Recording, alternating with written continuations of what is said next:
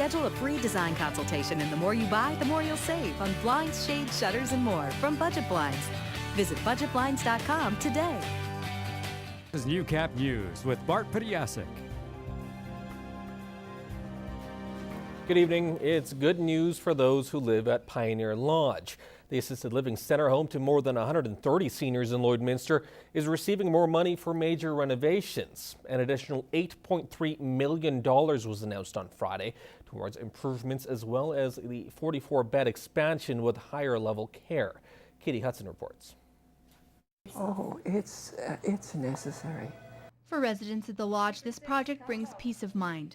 The higher level care in the new phase means access to trained medical staff 24/7, something that's not currently provided. I am very pleased that the funding is coming.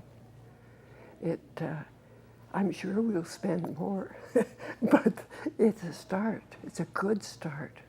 The lodge says about 30 current residents already need more care. There's a lot of us in here now some of us that already need this extra help. And it won't be too long before I need it too. This money is in addition to the original $4.4 million that the Alberta government announced in February.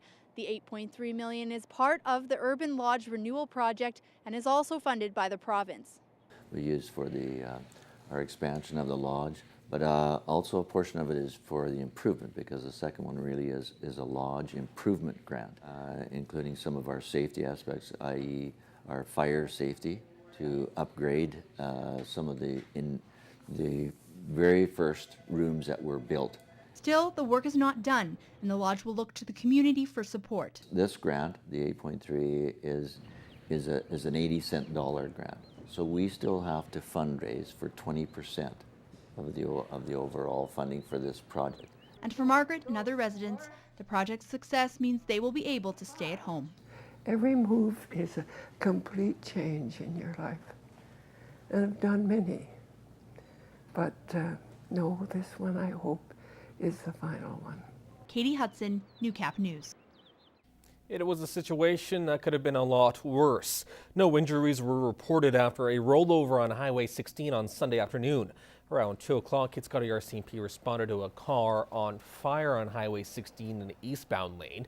The lone driver of the car had rear-ended a trailer being pulled by a truck. Then it rolled and skidded on the roof about 80 meters before coming to a rest and catching on fire. Now, RCMP put out the fire immediately after arriving on scene. Ambulance crews attended to the 22-year-old driver from Lloydminster. He's being charged with careless driving. To economy news now, Canada's retail industry has taken another major hit, this time with the loss of 1,500 Future Shop jobs. Effective Saturday, 66 Future Shop stores have been closed.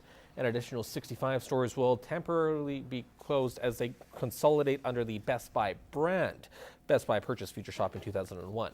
Company officials say the decision was made because a significant number of Future Shop stores are adjacent to Best Buy outlets. And here in the border city, the closing caught shoppers by surprise.